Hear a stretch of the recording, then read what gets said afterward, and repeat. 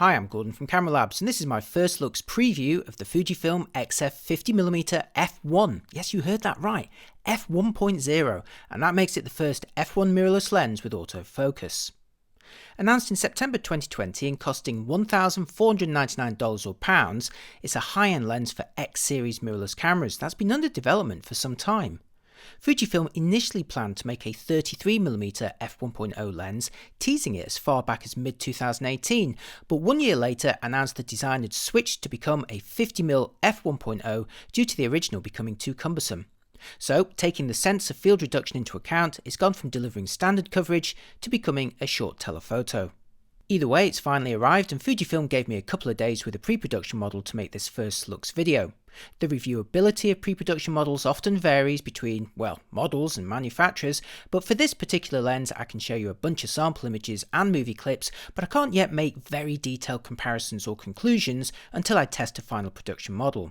But this first looks preview will still give you a very good idea of what it's all about, what sort of effects are possible, and where it fits in the range. The Fujifilm XF 50mm f1.0 joins two existing prime lenses of a similar focal length in the X series. There's the XF 50mm f2 on the right, 2 whole stops slower, but considerably smaller, a quarter of the weight, roughly 1/3 of the price, and still weather sealed. Alternatively, there's the XF 56mm f1.2 on the left, sadly lacking weather sealing, but still half the weight, 2/3 the price, and only giving up half a stop in aperture. And here they are with their supplied lens hoods. So the major differences to consider are size, weight, maximum aperture, and of course price. I remember when the 56mm was the only lens of this focal length in the X catalogue, so it's great to now have a choice of 3 at different price points. Well, 4 if you count the APD version of the 56. The XF 50mm f1 is clearly the heftiest of the bunch, measuring 87mm in diameter, 104mm long, and weighing 845 grams. Again, that's double the weight of the XF 56 1.2 and 4 times the weight of the XF 50mm f2, so you'll certainly know you're carrying it around. As one of the larger and heavier lenses in the system, it's best suited to the larger bodies, in particular the single-digit XT models. I tested it on the XT4 where it felt surprisingly well balanced even without the battery grip, but I wouldn't really recommend it on one of the smaller bodies. There's just 2 controls, a clicky aperture ring with the usual A position if you'd prefer to control the F number with the body. I like having manual aperture rings, but I prefer Fujifilm to adopt a barrel switch to temporarily de-click it for silent and smooth operation, as seen but not heard on a number of Sony lenses. Meanwhile, there's a generously sized manual focusing ring which is motor assisted. There's no clutch mechanism of some of Fujifilm's wider primes. The manual focusing ring turns freely but covers the minimum focusing distance of 70cm to infinity in a generous 120-degree arc, allowing small and precise adjustments. I'm using it in this video clip to manually pull focus between the ornament and the lights behind it, although do beware the focusing motors will be audible if you're using the built-in mics. The lens is dust and weather sealed in 10 places, including a rubber grommet on the mount. This is a key benefit it has over the older XF 56mm 1.2, which was designed back when Fujifilm annoyingly neglected weather sealing on many of its lenses. As I noted earlier though, the much more affordable XF 50mm f2 does include weather sealing, as indicated by WR in the full model name. The optics consist of 12 elements in 9 groups, including 1 spherical and 2 ED elements. The most exciting part is of course that large front element, unusually featuring a concave shape. You'll need 77mm filters versus 62 for the XF 56mm or 46mm on the XF 50 f2. Mount the 50mm on an X-series body and their APS-C sensors will reduce the field of view to 75mm equivalent, making it a very short telephoto, ideal for close-range portraits, while the f1 focal ratio of course allows for very shallow depth of field effects. In full frame terms, the XF 50mm f1 becomes equivalent to a 75mm f1.5 in terms of coverage and depth of field. Arguably the closest models for comparison would be full frame 85mm f1.4 lenses, although in practice the 10mm difference in focal length actually gives them quite a different feel. Here's a couple of portrait shots of yours truly taken with a pre-production XF 50mm f1, of course set to f1, on a Fujifilm X-T4 body. Face on at f1 at this distance my eyes are sharp, but the extremely shallow depth of field has already blurred my rear jawline and earlobes, while the brick wall only a couple of metres behind me has become quite blurred. In the mid-profile shot the closest eye is sharp, but the rear eye is unsurprisingly blurred. It's certainly dramatic shooting portraits at this kind of aperture, but may or may not be to your taste. For comparison, here's the XF 50mm f2, wide open at f2, where at first glance the most obvious difference is the less blurry wall behind me, which again may or may not be preferable depending on the subject separation that you desire. In the meantime, the broader depth of field has ensured more of my actual head is in focus, and while I'm not allowed to make a zoomed in comparison yet, I'm always impressed by the sharpness of this little lens. And here they are side by side with the XF 50mm f1 on the left at f1 and the XF 50mm f2 on the right at f2. Neither of these shots have been enlarged, so you're looking at the full image height. I've just kind of cropped it sideways to fit both on next to each other. Okay, for my next comparison, let's reset back to the XF 50mm f1 for a moment, before now switching to the XF 56mm f1.2 wide open at f1.2. Now I shot this from the same distance where the slightly longer focal length of the 56 is delivering a slightly tighter view. To match the subject size and background area of these two lenses, I would need to move the camera back when using the 56, but unfortunately my garden wall prevented that, so instead I've shuffled backwards a little bit. The change in subject distance will of course impact the depth of field, so do bear that in mind. So once again, here's the XF 50mm f1 at f1 for comparison, and now the XF 56 1.2 at f1.2 with me standing a little further back. And now for them both side by side with the XF 50mm f1 on the left and the XF 56 1.2 on the right, both open to their maximum apertures and with the subject size roughly matched. Now, as you'd expect, given the difference in aperture and subject distance, the XF 56 1.2 on the right is delivering a less shallow depth of field, but not by that much. Now, despite missing out on weather sealing, it remains one of my favourite portrait lenses, able to deliver a lot of blurring from a lens that still remains fairly compact. And finally, here's all three lenses side by side, starting with the XF 50mm f1 on the left, the XF 56 1.2 in the middle, and the XF 50mm f2 on the right, all at their maximum apertures and all with the subject size roughly matched. So that's me standing a little bit further away for the middle sample. Obviously the larger aperture lenses are delivering a shallow depth of field, but which do you actually prefer the look of?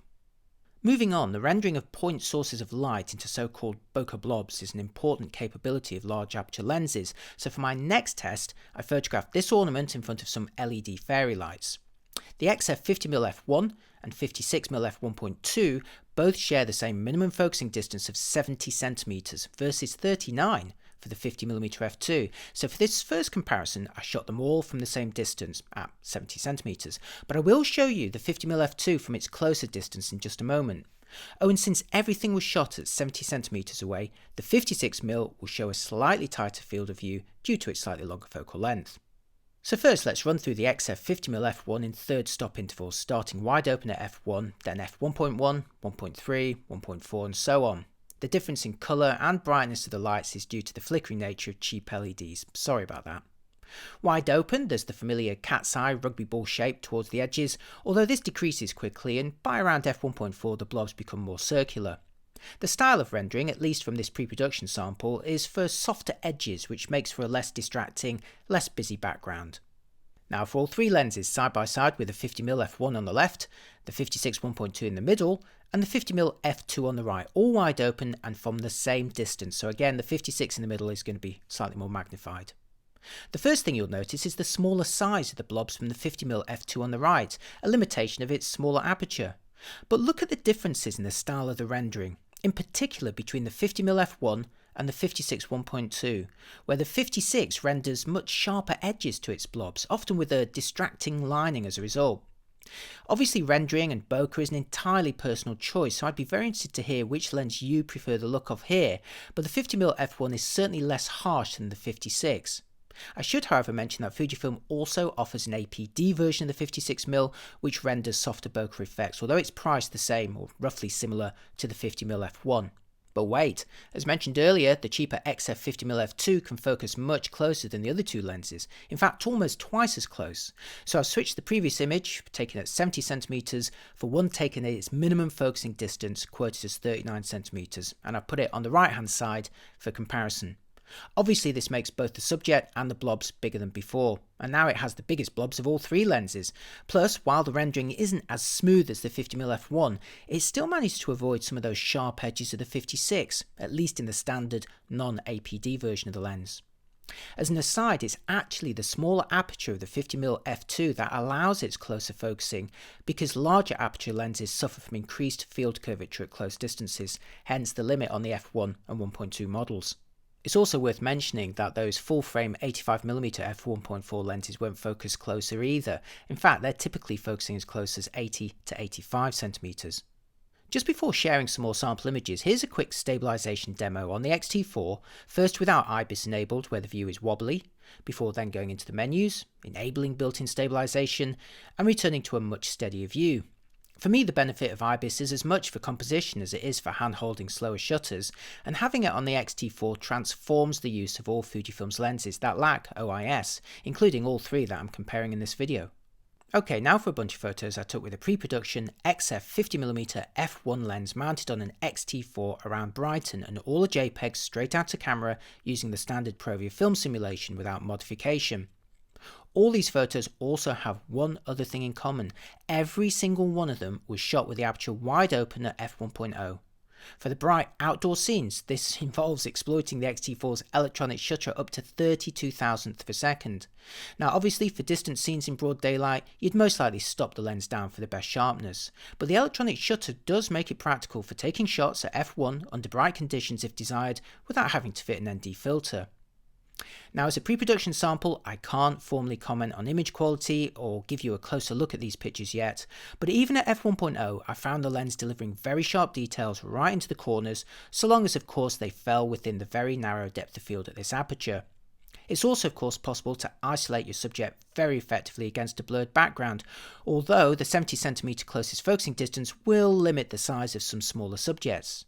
For example, the photos of food and drinks here were all taken at the closest distance, where they were often a bit smaller on the frame than I really wanted. Again, this is a limitation of large aperture lenses if you want to avoid field curvature, so if you want or need to get closer to your subject, you should consider a different model, like the 50mm f2. Everything that makes the lens great for photos also applies to video, and I found it especially fun to present pieces to camera with that very shallow depth of field.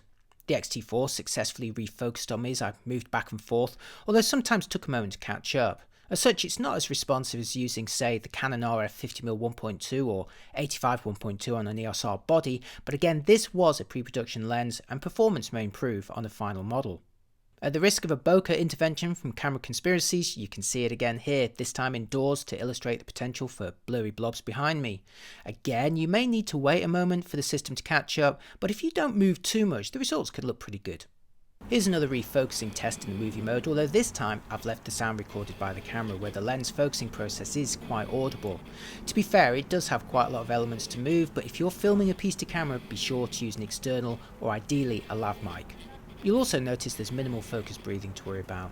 And until I test a final production model, that's about all I can say about the lens for now, so on to my initial verdict.